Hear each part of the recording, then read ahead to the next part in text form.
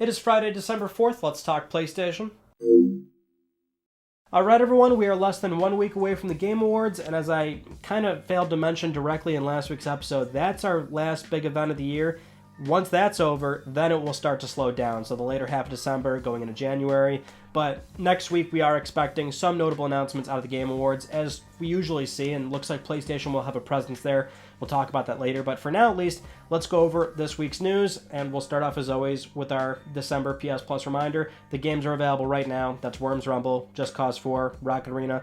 Download them, add them to your library. Also, if you're a PS Now subscriber, we have the update for December's titles.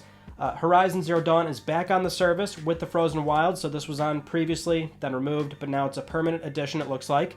You've also got Stranded Deep, Broforce, Wreckfest, Drive Hard, Die Last, and that will leave the service May 31st, 2021. That's the only game that will leave in this recent addition.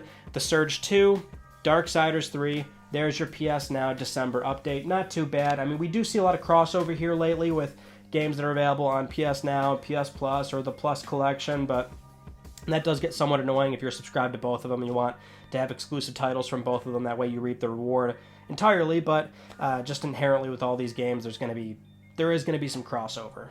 But anyway, getting into our first news story, if you recall last week I said I wonder how long we can keep this going for PS5 system software updates because the system needs a lot of them. Well, we didn't have one for PS5 this week. However, PS3 did get one, which is not something I thought we'd be talking about here. Firmware 4.87 is for updated Blu-ray keys, so you can keep watching some recent Blu-ray movies, and also some security loopholes were cleaned up, I believe. Other than that, though, pretty uneventful. Still, I guess, enlightening to see that PlayStation 3 does get some support. It is still a great media player. Granted, it can't play 4K Blu-rays, but for the longest time, and still to this day, it's a very robust multimedia platform, not just for Blu-ray movies, but also saving files locally to the hard drive, which we can't do with PS4. We're probably not going to be able to do that with PS5. Ah, well. Next up, this is also a news story that I did not expect us to be going over, but there's now a Kratos skin available in Fortnite. So this massive game with wide appeal, you can now play as a very prominent PlayStation character across all platforms. There is a PS5 skin variant that's exclusive to that console, but for the most part, you can play as Kratos everywhere. And, you know, I'm not a Fortnite person, but I think this is great. I've always been a huge advocate of Sony doing more with the PlayStation IP outside of just their main games and their consoles. And that doesn't mean ship their games elsewhere, but rather do things like TV and movies, more merchandise, and crossovers like this. And to their credit, this is what they've been doing for the past, 4 or 5 years. We've got the PlayStation Gear Store. They license PlayStation branding and imagery to other clothing companies. They set up PlayStation Productions, and we know that there's many projects kicking off there. And now we've got something like this. So I'm all for it. PlayStation is very much a global brand, and so it's great to put their characters everywhere and get the name out there. Now, moving on to the Game Awards, let's talk a little bit about this. We did find out that Tom Holland will be a presenter for one of the awards, and the announcement for this said in the tweet point blank, "Hide your treasure, star of the Uncharted movie Tom Holland will be a presenter," something to that effect, I'm paraphrasing, but I think this probably tells us somewhat indirectly that we can expect a trailer for the upcoming Uncharted movie. They did wrap up principal photography at the end of October is when they announced it on Twitter, so that should be enough time for Post to whip up something, whether that's a full-blown trailer, a small teaser, or maybe just a short clip, whatever. It seems like we might get something there. It seems like an appropriate place to do it, and that would be cool to see. So that's interesting. We could look forward to that. And then in the scope of the Naughty Dog world, we did also see a new story trailer for The Last of Us Part 2. This time, a full-blown, no secrets trailer. It shows us Abby, how her story connects with Ellie's.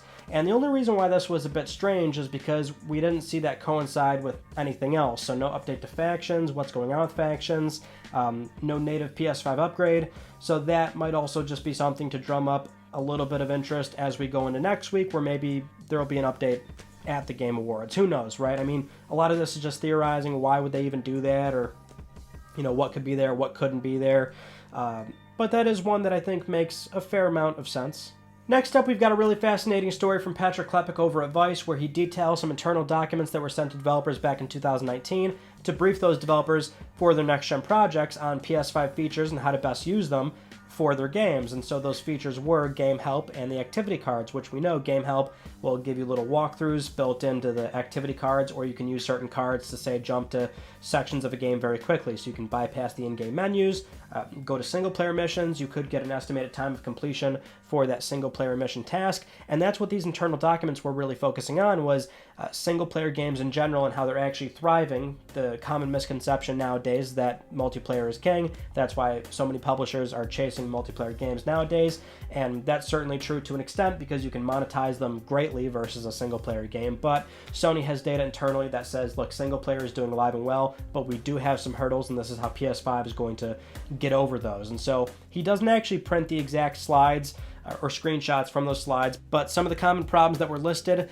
no idea how long I might need, don't play unless I have 2+ free hours, takes a lot of time to scan through long help videos when stuck, how to engage socially without risk of spoilers, forgot what I was doing in this game last time, hard to get back in.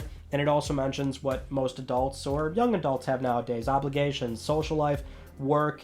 They might have kids. They might only have 10 minutes here, 5 minutes here, or whatever. And I'll be honest, I read those 4 things initially, and I was like, oh my gosh, that's me.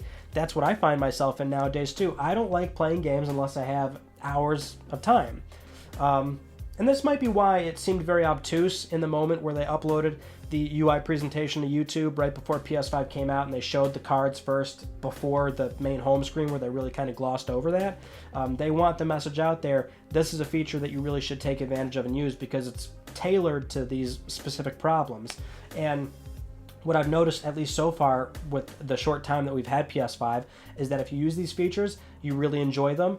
And if you don't, you are incredibly annoyed by the fact that cards are such a big part of the UI and you often have to avoid them or skip past them, or you don't like that it's now a long press to go to the home screen because you're just all about using the home screen like it was on PlayStation 4. And the point I've brought up a few times prior to PS5 coming out is that however this UI looks and how the features are day one, it will be shaped and molded over time through system software updates. And so we'll see just how successful cards really are. Part of the internal documentation that was given to developers is to say, hey, this is what we're doing with PS5 and here's how you can best use it.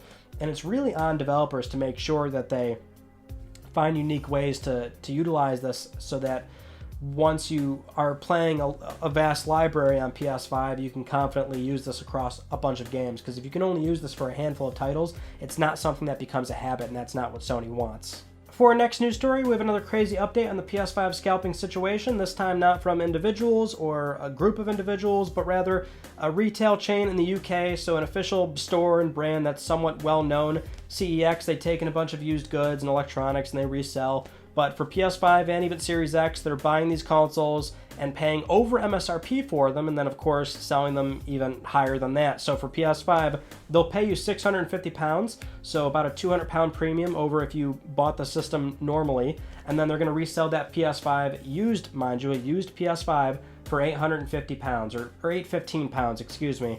Either way, not very good. And apparently there was an internal email that was acquired from Eurogamer where the store chain actually tells employees that if you have, people that are going to be upset or give you an earful about the outrageous pricing or whatnot, they basically advise to say, hey, well, our price is quite low compared to what you're seeing on eBay, which is crazy to think about. I mean, this is exactly kind of what we talked about last week.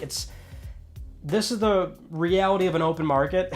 When there's nothing in place if there's no fines or laws in place, if legally speaking, if there's nothing stopping them, whether it's a person or now a corporation, people are going to exploit this for financial gain, and that's what we're seeing. It sucks when you walk into, say, a store that you comfortably think, okay, well, this might be an opportunity to buy something, even if it's secondhand, but supply and demand, people are actually paying these prices. That's another thing that we have to keep in mind.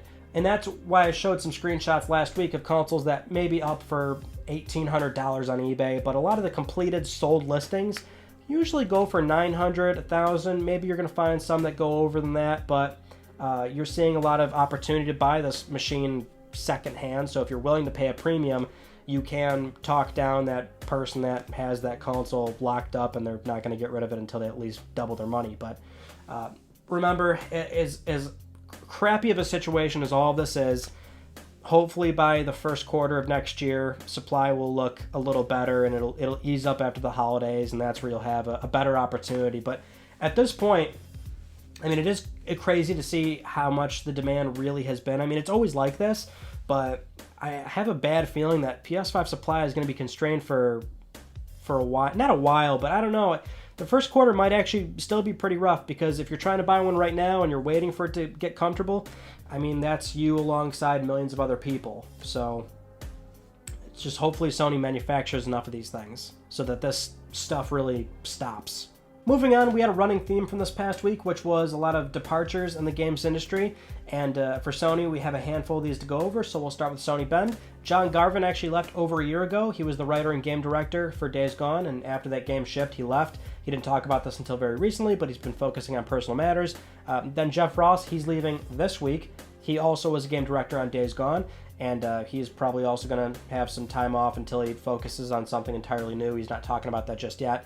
And then for the Secret San Diego studio, which hasn't had any sort of formal announcement of its existence or its project, which caused a lot more conversation in this area, we saw John Batista actually announce his departure like 3-4 weeks ago, something like that, which nobody really caught attention to until very recently. We also saw Quentin Cobb. He was the senior game designer on this project, and apparently he left last month. He hasn't talked about it, but he updated his LinkedIn profile to reflect this.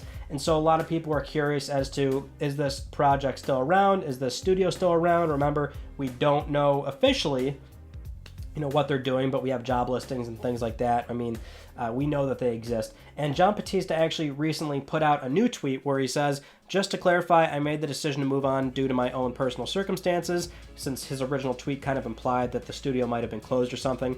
He says, "As far as I know, the studio is still there and the project is still ongoing." Remember, the earliest that we knew about this game was 2018, so if we're at a point where, say, 2020, it was in trouble and a lot of people were leaving, I mean, that's where the project is well long enough to where it's probably costing Sony a good portion of money, and they'd either want to cancel it now and call it quits, or the project's just not far along enough to be completed, and that's probably where it's at. So for right now, at least, we can't really say too much on that. The other notable departures is Keiichiro Toyama, Kazunobu Sato, and Junya Okura. They're actually forming a new studio called Bokeh Game Studio, and it looks like they're going to be working on, well, what they've been doing for a vast majority of their lives is another horror project. So we already know right away they are jumping into a new independent studio. The footage that they put out where they're just casually talking about why they are making a new studio, they want that freedom again, they want that creativity to spark again and not have the responsibility of what I imagine is a large publisher like Sony, which, mind you, a lot of these guys have done Silent Hill, the Siren series, Last Guardian. I mean, they've done the big budget stuff with Sony and Konami and things like that, so that's what they're talking about here. And well, what's concerning about this one is that, well, now that Toyama has left, we knew that he has been part of this ongoing Silent Hill rumor for PlayStation 5. Now, of course, we can't really say much because there's no formal announcement of this Silent Hill project. That's the idea. Is it still going? Is it even a thing to begin with? Well, at the very least, over on Recent Era, Catharsis T, one of the individuals that we've been following for a while now in relation to this story, says, "Don't worry, the game is fine. If Toyama leaves now, it means it's in a healthy situation. Now I'm going to stay away until next week. See you at the Game Awards." If you recall, that was the last major update we had for this rumor, that it would be revealed at the Game Awards, and this was corroborated by a few individuals, including Catharsis T. And that's why that, alongside us hearing that it's an open secret in Japan, this rumor is hanging on fairly strong. And because of that, whether it's at the Game Awards or not, and we'll find out very soon if it is, this rumor mill will keep churning for this one, I think, as individuals say. I keep hearing that's in active development, nothing's changed, this, that, and the other. But anyway, just to dial back to all these departures that we're seeing here, obviously certain key individuals can steer a project into a direction that ultimately will lead to a better product. You do have to remember that it's not just that one person, it's hundreds of individuals on staff that make these multi-million-dollar games, especially when you don't have a whole lot of staff turnover. So like 343, that's where it's turning into an issue, and that can be indicative of a project going south, and that's kind of what we know right now. Same with certain BioWare titles that we've seen recently. But when you have people that have worked on staff for 5, 10, 15 plus years, you promote internally, you keep that same energy and spirit into the next project. When you have these big producer roles and game director roles leaving on to do different things. And that's another thing to remember. When somebody leaves, that has been doing this for 10, 15 plus years. I mean, this is a very stressful industry. There is burnout, and that's why oftentimes when somebody leaves, they say they're going to focus on personal matters or they need time off, because they really do. It's a tough industry. Next up, we're going to briefly cover this for those that are unaware, but the website T3 has once again posted a sensational headline that has caught a lot of attention. They do this all the time. That's why we almost never mention this website. They did this throughout the entire next-gen rollout. So for this news story, they talk about PS5 Pro being a death blow to Series X. They also had a story about PSP 5G against Nintendo Switch, and I think they referenced the same patent, but this article talks about a patent that was filed 5-6 months ago, something like that. I'm not even sure we covered this patent here on the show, but this patent references from Sony Interactive Entertainment that they would use 2 GPUs in a game's console, and it does call out, in fairness, they do call out that this would be used in a high-end machine versus, say, a standard SKU that would use 1 GPU. But if you actually dive into the entire patent, there are many aspects that they're trying to protect, and that's often what we see with these patents from multi-billion-dollar corporations. They're just trying to protect their R&D efforts, and so they mention 2 GPUs, how they would be used, how they'd be leveraged, how it would be used for game streaming. It also mentions how users could actually pay for priority bandwidth access while streaming games. There's a handful of other things in there that you can skim through, but it's not just about a high-end games console, which, if we even want to humor the idea, two GPUs doesn't really make a whole lot of sense for a commercial product. It is definitely something the company probably thought about, and just in case, they will protect it. And this is why the site decided to call this story PS5 Pro and just run with it, which admittedly, in the age of people just sharing headlines and not actually doing their own due diligence, that's how this got a lot of attention. Moving on, we still don't have any official sales numbers for PS5 worldwide just yet, but we do have some territory updates. For the UK, PS5 was number 1 for the month of November, and then for Spain, apparently Sony sold 43,000 PS5 consoles, which is about 3,000 higher than the closest one for PlayStation, but a lot of the consoles were floating around 35 to 40 something million, so PS5 was a little bit higher than that. Their best launch in Spain. I think what Sony is doing here is probably reading the room. They understand it's not really an appropriate time to celebrate or put out numbers, and that's maybe why we haven't heard any official sales for PS5 just yet. That seems to be the most reasonable answer to me, but obviously, like we discussed last week, this is the most successful launch. I don't know if easily is the right word, but certainly it did better than at least 2.1 million, which that was 2 weeks from the earliest point of availability, and they're still continuously rolling out all these small restocks. So I mean, they've got to be pumping out as many consoles as they possibly can. For our next news story, SIA President and CEO Jim Ryan was doing an interview with Edge, and he was asked somewhat directly about PS4 support going into PS5, if that holds developers back. And we have a quote here where Jim Ryan says, "We do feel that we have a responsibility to that very large community and an opportunity to carry on making great PS4 games for as long as the need is there. And I think that is the right thing to do. It's the rational thing to do, and I think you will see a tail with PS4 that you did not see with the PS3.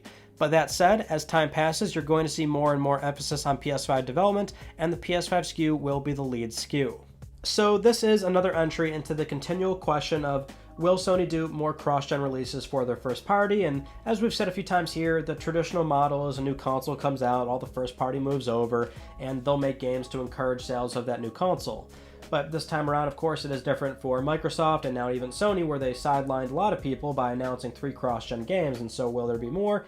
Obviously, Jim Ryan has pointed out directly that it might be different for PS5 versus what we saw with PS3, where, well, once PS4 was introduced, it was pretty much over for PS3, but there always is those end life cycle games that Sony likes to release, and that's exactly what we saw here. But we are in a unique generational leap where it's quite easy to move some games over, do these soft patches that will increase frame rate, resolution. We're seeing free upgrades offered from first, second, and third party, right? I mean, there's a lot of cool initiatives going on, but it's often getting thrown around that, oh, well, you can't really abandon 100+ million users. But again, this has been the case for every generation that we've usually seen. However, we also don't have the compromises. You can move into PS5 whenever you feel that you're ready, and you won't actually lose your PS4 library, your save files, things like that. So it is a different situation, and we are in diminishing returns, but there is also the case to be made that if you even have to put in a PS4 version, an X1 version, that is your lowest common denominator. It takes away the beauty of that SSD in terms of game design, but it really depends on the scope of each game, and that's, I think, probably the biggest takeaway when we theorized the idea of if Sony's going to do more cross-gen releases. Everybody seems to be okay with Spider-Man or Sackboy: A Big Adventure, right? But Horizon was a bit disappointing because that really limits the potential scope of what that game is possible of, and that is a very real thing. That's not to say that the resulting game will be bad or worse or held back, but it will very much be a conversation in the development pipeline of, can PS4 do it? Okay, we're good to go. Can X1 do it? Okay, we're good to go.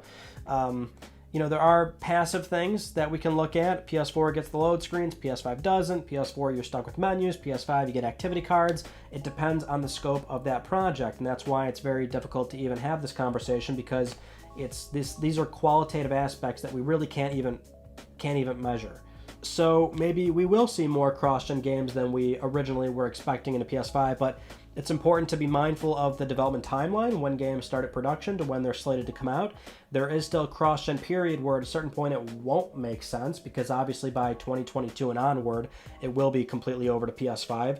So, we can talk all day about how there's more PS4 games, but it will be a certain point where PS4 becomes irrelevant, at least for first party. That's not to say that PS4 will be completely killed off. Sony will still manufacture, service, and sell the system. PSN will be up for many, many, many years to come.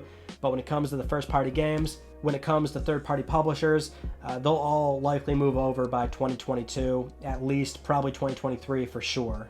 Next up, a lot of you really wanted me to talk about this, and understandably so, because it got a lot of attention from this past week. It's MVG's new videos about Xbox Series S, how it's a great emulation machine, and the console does this through the development mode on it, which, if you don't know, all the Xbox consoles, X1, X1X, Series S, X, they all have a developer mode that you can turn on for a small fee, and this will turn a standard retail unit into one that you can make games on, which is super cool. But then you can also do things like emulate titles that it really isn't supposed to be, or preferably supposed to be emulating. So that's how you can start using the Universal Windows platform, start using RetroArch, and for the PS2 titles, which is where I think a lot of the news stories really start to come in for this, you can move over to PCSX2, and that's how you also saw PS2 games running on it. Now, the videos are great. I'm going to link both of them below, because he really did fantastic work in the presentation and testing a lot of those games and explaining it to people. But this is akin to, like, a PSP playing Mario stuff or trying to get Doom running everywhere. I mean, I get the irony and why this news story got a lot of attention, because you're playing PS2 games on an Xbox, and we've got a PlayStation 5 console that can only do PS4 games and nothing beyond that. We know Sony's history and their interest in backwards compatibility, which isn't much for legacy PlayStation machines like PS1, 2, and 3. So I see the irony there, but I mean, really, this is just the classic case of, this is what emulation does, and this is what you can do. And I think many people miss the point of his videos, which is that you're getting a fantastic price to performance ratio. The games and how they're running for $300 on a console is really, really good. So he tested a number of games. He said they all worked pretty good for the most part. There was some, graphical artifacting. There was, some texture problems, but that's emulation at the end of the day. And so while it can easily go to the conversation of, oh, why doesn't Sony do it? We've been over this 1,000 times. The emulation that you often see for enthusiasts, for the hobbyists, it's just not something that would ever get approved for commercial use. Sony and Microsoft, as an example, would want like a 99.9% compatibility number for releasing something like an emulator, which Sony did for PS1 and for PS2, which they had to use SoC for that on PS3, and then they had some slight software support, but then took that out. Microsoft now whitelists Xbox 360 and original Xbox games because they monetize their backwards compatibility efforts. Sony, same deal, they just don't let you use discs, but they've got 50-something PS2 games on the store. I mean, they both have efforts, they just have different priorities, which Microsoft does a lot more for, if we're talking about the business aspect of it. But either way, it's still really cool, and if you're into emulation, Series S now looks far more attractive, in my opinion, than it originally did. If you're an enthusiast in this hobby and you like playing the best and most beautiful looking games, I mean, Series S wasn't really for you, but now at $300, throw that thing in an arcade cabinet, you could have some real fun with it. But anyway, with all that said, it's time to get to Let's Talk Plus, our weekly Let's Talk PlayStation giveaway, where one of you could win a $10 PSN code. I would like to congratulate this viewer right here. I'll be contacting you very soon via email or Twitter. If you'd like to win a $10 code, it's very easy. We do this every single week on Let's Talk PlayStation. follow the link below. Supporting this channel a number of ways can gain you an entry, and I'll announce the winner next week because I'm trying to pay for your games. Those are all the news stories that I want to talk about with you all. Our Tuesday video was my full platinum run of Astro's Playroom. I'm a little bit behind on that, but want to savor the whole experience to share with you all, and so go check it out. I'm still reeling in from that experience, but that was our Tuesday video, and then coming up we got more PS5 topics that I'm working on, a few different videos. I don't know what's going to be ready for Tuesday, but you know, as always, there will be something there. And that's it. That concludes this week's episode of Let's Talk PlayStation. I'm Ryan Becker. Thank you all so much for talking with me, and I will see you all next Friday.